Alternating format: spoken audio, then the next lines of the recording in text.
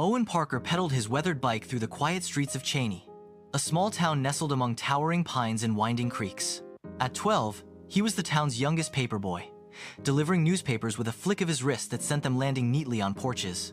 His red backpack sagged with rolled-up papers and a jumble of homemade gadgets, a slingshot rigged to fire pine cones, a solar-powered flashlight that flickered more than it glowed, and a half-finished squirrel alarm made from tin cans. Owen lived for two things: tinkering with inventions and dreaming of dogs.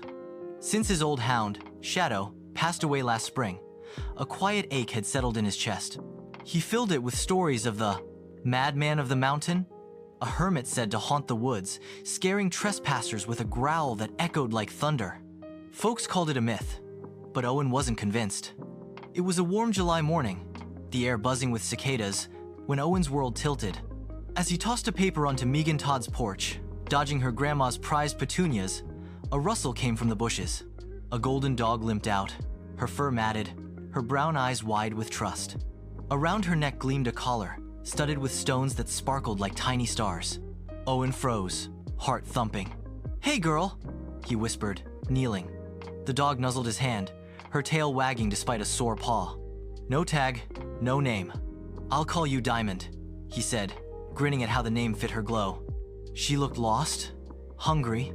So Owen decided to take her to his Forta rickety treehouse he'd built deep in the woods, hidden behind a tangle of oaks, and marked with yellow paint to keep out intruders. The fort was Owen's sanctuary, its splintered walls plastered with sketches of flying machines and catapults inspired by Leonardo da Vinci. He'd rigged it with odds and ends: a rope ladder, a tin can wind chime, and a tennis ball cannon that mostly just sputtered. The yellow paint on nearby trees was his warning to trespassers, especially Dexter Klopp, a bully who'd once chucked Owen's bike into a creek for laughs. Settling Diamond on an old blanket, Owen bandaged her paw with a torn strip of his t-shirt. Her collar caught his eye again. The stone's too perfect to be fake.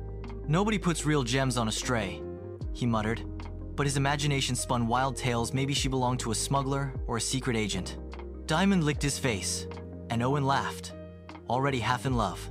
Back home, Owen's sister Lily sprawled on the couch, sneezing into a tissue. Their parents were away at a teddy bear convention. Mom's quirky obsession, and Lily was in charge, though she spent more time texting her friends than babysitting. "You smell like a wet mutt," she said, squinting. Owen shrugged, avoiding her gaze. He couldn't tell her about Diamond, not with her allergies flaring. Instead, he grabbed the morning paper and froze. The headline blared, "5 million diamond heist in Los Angeles." Thieves had swiped gems from a jewelry exchange, using a dog to slip past security, led by a man disguised as a nun. The sketch showed a golden retriever with a jeweled collar. Owen's stomach lurched. "Diamond, that's you," he whispered, his mind racing with possibilities. He pedaled to the police station, Diamond trotting beside him, her limp more noticeable. Chief Harper, a burly man with a mustache like a scrub brush, leaned back in his chair as Owen spilled his theory. Diamond was the heist dog, her collar stuffed with stolen diamonds. Harper chuckled, shaking his head. "Kid, you've been reading too many comic books. This about that madman nonsense again?" Owen's cheeks burned. Nobody believed his stories about the madman, a scarred giant who supposedly lived in a cave, eating squirrels and howling at the moon. He'd seen signs in the wood sticks tied into shapes. Stones, stacked oddly, but adults just laughed. Defeated, Owen left. But as he stepped outside, he noticed a dented van across the street. 3 men sat inside. 2 scruffy guys arguing over a map, and one with a fake-looking beard, staring right at him. Owen's gut twisted. They weren't here for Cheney's annual pie festival. At the fort, Owen studied Diamond's collar under his flickering flashlight. The stones were sewn tight, impossible to pry off without tools. "If these are the diamonds, we're in big trouble," he told her. She tilted her head, trusting. A branch snapped outside, and Owen's heart leapt. Peering through a crack in the fort's wall, he saw the men from the van creeping closer. The leader, Blackie, hissed orders to Bud and Artie, who stumbled over roots. "Find that mutt, or we're done for," Blackie growled. Owen's pulse pounded. These were the thieves, and they wanted Diamond. He acted fast, tucking Diamond behind a crate and grabbing his slingshot. The woods were his playground. He'd spent years rigging traps, nets from old fishing line, logs poised to roll, even a pit covered with leaves. Aiming at a squirrel nest, he fired a pine cone. The squirrels erupted, pelting the men with acorns. Ow! What's that? Bud yelped, swatting his head. Artie swung a stick, only to trip a net that yanked him off his feet, dangling him like a caught fish. Blackie cursed, cutting Artie down, but Owen was already moving. He led Diamond deeper into the forest, toward the yellow-painted trees where he'd found strange marker sticks and stones arranged like warnings, left by someone he could only guess was the madman. Hiding behind a boulder, Owen noticed Diamond's limp worsening, her breathing shallow. "Hang on, girl," he said, stroking her fur. The newspaper had said the diamonds were, with the dog, not on her. A sickening thought hit him. What if they were inside her? He needed a vet, but first, he had to lose the thieves. Smearing mud on his face for camouflage, he tied a rope across a trail. When Blackie's crew blundered into it, a log swung down, knocking Bud flat. "This kid's a nightmare!" Blackie shouted. But Owen and Diamond were gone, weaving through the trees. They reached a clearing where Owen found something new. A pile of porcupine quills shaped like an arrow, pointing to a cave. He'd always thought the madman was a legenda monster who ate raw fish and scared off hunters, but this felt real. "Maybe he's helping us," Owen said, half to himself. Inside the cave, he found a tin of crackers and a note scratched on bark. "For the boy who shares his bread." Owen's jaw dropped. He'd left crumbs for birds last week, thinking they'd blown away. Someone was out there, watching. Blackie's voice cut through the silence. "Spread out, he's close." Owen scrambled up a tree, pulling Diamond into his lap. Below, Blackie waved a knife, his fake beard slipping. Bud and Artie whined about mosquitoes tripping over vines. Owen needed a distraction. Spotting a skunk den nearby, he tossed a cracker toward it. The skunk waddled out and sprayed Artie in the face. "My eyes!" Artie wailed, crashing into Bud.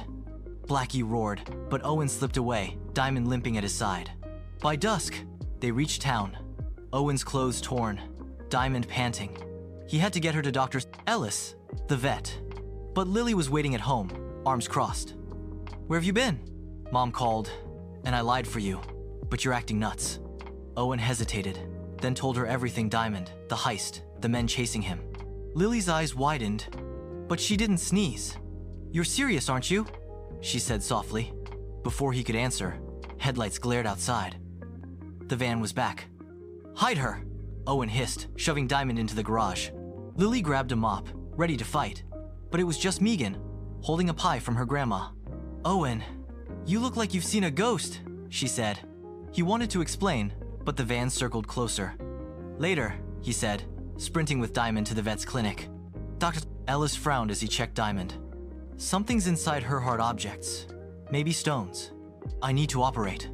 Owen's worst fear was true. The diamonds were sewn into her body, a cruel trick. As Ellis prepped, the clinic door slammed open. Blackie loomed, knife glinting. "Give me the dog, kid."